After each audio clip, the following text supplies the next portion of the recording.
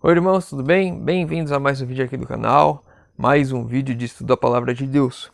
E hoje nós vamos falar sobre o retorno ao pecado. Antes de iniciar, não se esqueçam, se inscrevam no canal, deixem seu like, isso é importante para a gente levar essa mensagem para mais pessoas. Não se esqueçam também os pedidos de oração que está aparecendo aqui na tela. Vamos orar juntos pelos nossos irmãos. Então vamos lá, vamos conversar um pouquinho sobre o retorno ao pecado. Primeiro vamos abrir nossas Bíblias lá em Juízes capítulo 2, verso 10. Juízes capítulo 2, verso 10. Foi também congregada a seus pais toda aquela geração, e a outra geração após ele se levantou, que não conhecia o Senhor, nem tampouco as obras que fizera a Israel. Aqui nós vamos falar justamente sobre esse período dos juízes em que o povo não conhecia a Deus como deveria conhecer, ou o porquê que eles esqueceram, porquê que eles não conheceram a Deus. Vamos lá, Juízes 6, verso 1 e verso 10. Juízes capítulo 6, verso 1 e verso 10. Aliás, verso 1 e verso 13. Juízes 6, verso 1 e verso 13. Fizeram os filhos de Israel o que era mal perante o Senhor. Por isso o Senhor os entregou nas mãos dos midianitas por 7 anos. Verso 10. E disse: Eu sou o Senhor vosso Deus. Aliás, verso 13, né? Eu falei 10 de novo. Juízes capítulo 6, verso 13. Respondeu-lhe Gideão: Ai, Senhor meu, se o Senhor é conosco, por que nos sobreveio tudo isso? Ou seja, por que eles estavam passando por aquelas aflições? Porque eles tinham sido entregues aos seus inimigos. E que é feito de todas as suas maravilhas que os nossos pais nos contaram, dizendo: Não nos fez o Senhor subir do Egito, porém agora o Senhor nos desamparou e nos entregou nas mãos dos midianitas. Ou seja, aqui o povo estava nas mãos dos midianitas, o povo clamava por justiça, e aí Deus foi até Gideão, falou com Gideão.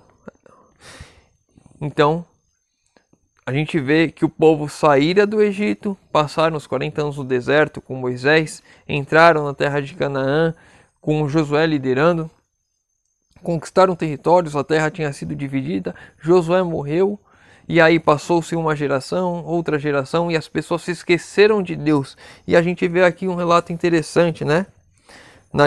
Quando o Gideão fala, a gente vê lá Juízes 2, verso 10, que aquela geração não conhecia Deus. E aqui a gente vê que os filhos de Israel estavam fazendo mal perante o Senhor. E Gideão perguntando ao anjo que aparece no versículo 11, no verso 13. Se o Senhor é conosco, porque nos sobreveio tudo isso? Perguntou isso. E aí ele fala aqui uma coisa importante, e é o detalhe que a gente tem que nos atentar. Não nos fez o Senhor subir do Egito?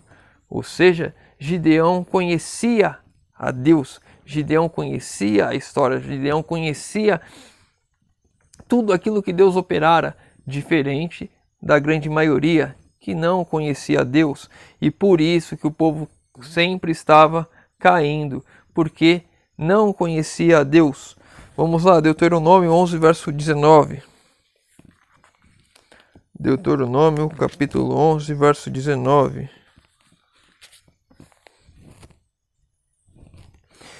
Ensinai aos vossos filhos, falando deles, assentando-se em vossa casa, e andando pelo caminho, e deitando-vos, e levantando-vos. Ou seja, era o dever do povo de Deus ensinar aos seus filhos. Era o dever do povo de Deus passar o conhecimento de Deus aos seus filhos. E por essa negligência dos pais, por essa negligência do povo, uma geração futura não conhecia a Deus, caiu em idolatria, não fizeram a vontade de Deus. Porém, Gideão ali conhecia a Deus, porque dentro do seu lar, os seus pais falaram isso a ele, né? Ou de alguma maneira chegou nisso, porque se a gente for ver a história de Gideão, o pai dele tinha construído um altar a Baal. Então, de alguma maneira, através das gerações de Gideão, de seus pais ou avós, a mensagem chegou até ele e ele conheceu o Deus verdadeiro e ele buscou seguir o Deus verdadeiro, enquanto a maioria se perdia. Isso é um recado para nós pais, para nós que pensamos em ter filhos, que não têm ainda, para aqueles que têm sobrinhos, para aqueles que têm primos, para aqueles que têm pessoas a quem você influencia, a quem as pessoas olham, para você que é cristão, que é um espetáculo para o mundo olha para você e através de você, cristão, de mim, cristão, que o mundo vai conhecer a Deus. Devemos falar de Deus constantemente, andando pelo caminho, ao sentar e ao levantar. A todo instante eu devo professar quem é Deus, para que as pessoas conheçam a Deus e não caiam na ignorância que o povo de Israel caíra por não conhecer a Deus, de adorar a outros ídolos. Patriarcas e Profetas, capítulo 53. Poucos há que se compenetram de quão grande alcance é a influência de suas palavras e atos. Quantas vezes os erros dos pais produzem os mais desastrosos efeitos em seus filhos e descendentes destes, muito tempo depois que os próprios autores foram postos nos túmulos.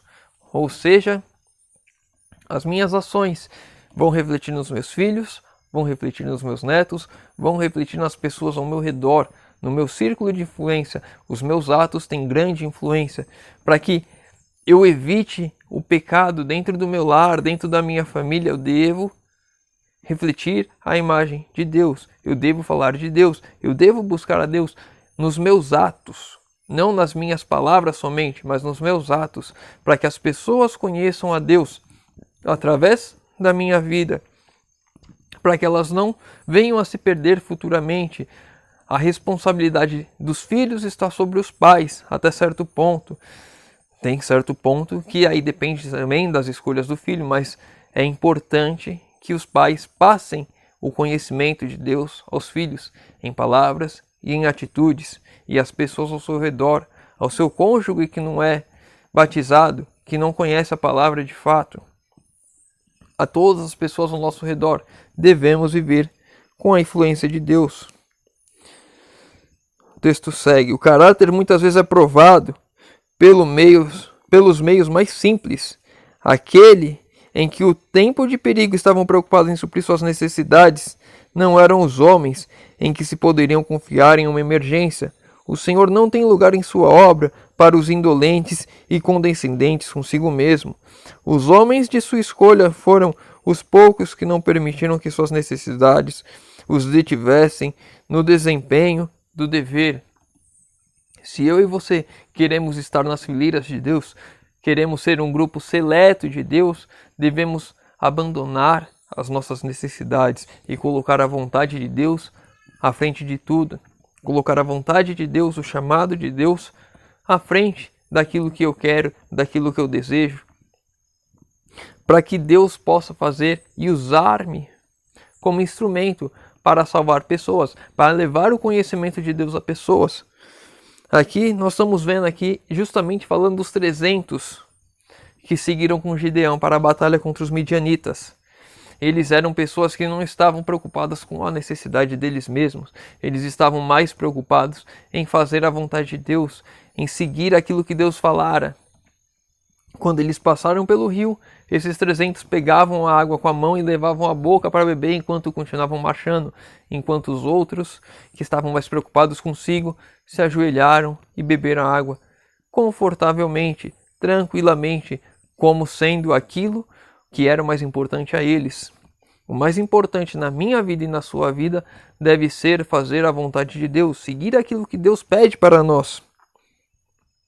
Houve sempre uns remanescentes que eram fiéis a Jeová, e de tempos em tempos o Senhor suscitava homens fiéis e valentes para derribar a idolatria e livrar os israelitas dos seus inimigos. Mas quando morria o libertador e o povo ficava livre de sua autoridade, voltavam gradualmente aos seus ídolos. E assim a história da apostasia e castigos de confissão e livramento repetia-se reiteradas vezes. Quantas vezes nós vemos isso dentro da igreja mesmo, pessoas que vêm da igreja, se batizam, saem, depois voltam, saem, depois voltam. Uma mornidão em uma pessoa só. Imagina isso com um povo. Sai, volta, porque não está totalmente entregue a Deus, não está satisfeito em fazer a vontade de Deus. E quando aquelas pessoas que são as mais influentes, vamos dizer assim, da comunidade, quando um pastor cai, quando o pastor se afasta, quando o pastor pede para sair da obra, uma multidão vai embora também, porque só estava ali por conta do pastor. Quantas vezes nós vamos na igreja, a igreja pequenininha aqui do lado, aí uma igreja ali maior vai trazer um cantor famoso, um pastor famoso, aí vai todo mundo para lá. Porque as pessoas estão buscando pessoas, as pessoas estão buscando ídolos, estão colocando pessoas no lugar. E muitas vezes esse pastor, esse cantor não tem nem a noção de que ele está fazendo isso e nem era isso que ele queria. Mas as pessoas estão querendo buscar pessoas, seguir pessoas e colocando Deus em segundo plano, a mensagem em segundo plano, a vida confiante em Deus em segundo plano.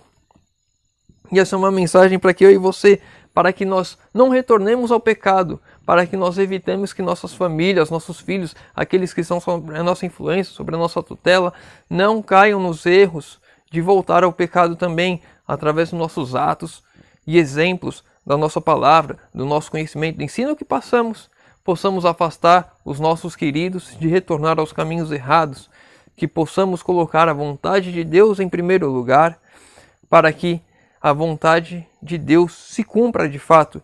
Colocando a vontade de Deus na minha vida, na sua vida em primeiro lugar, a salvação é garantida para nós e para muitos ao nosso redor que verão a influência de Deus, o trabalho de Deus e o poder transformador de Deus na nossa vida.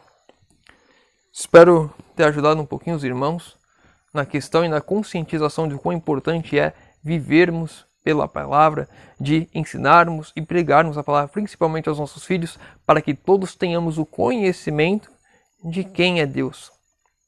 Se ficou com alguma dúvida, deixa nos comentários. Se tem alguma outra dúvida qualquer da Bíblia, deixa nos comentários. Lembrando que quando atingirmos 10 mil inscritos, já estamos chegando, vou dar uma Bíblia Thompson para um dos irmãos que fez pergunta, desde que a pergunta não seja repetida. Não se esqueça também os pedidos de oração. Nos comentários estarei lendo, respondendo e orando por todos.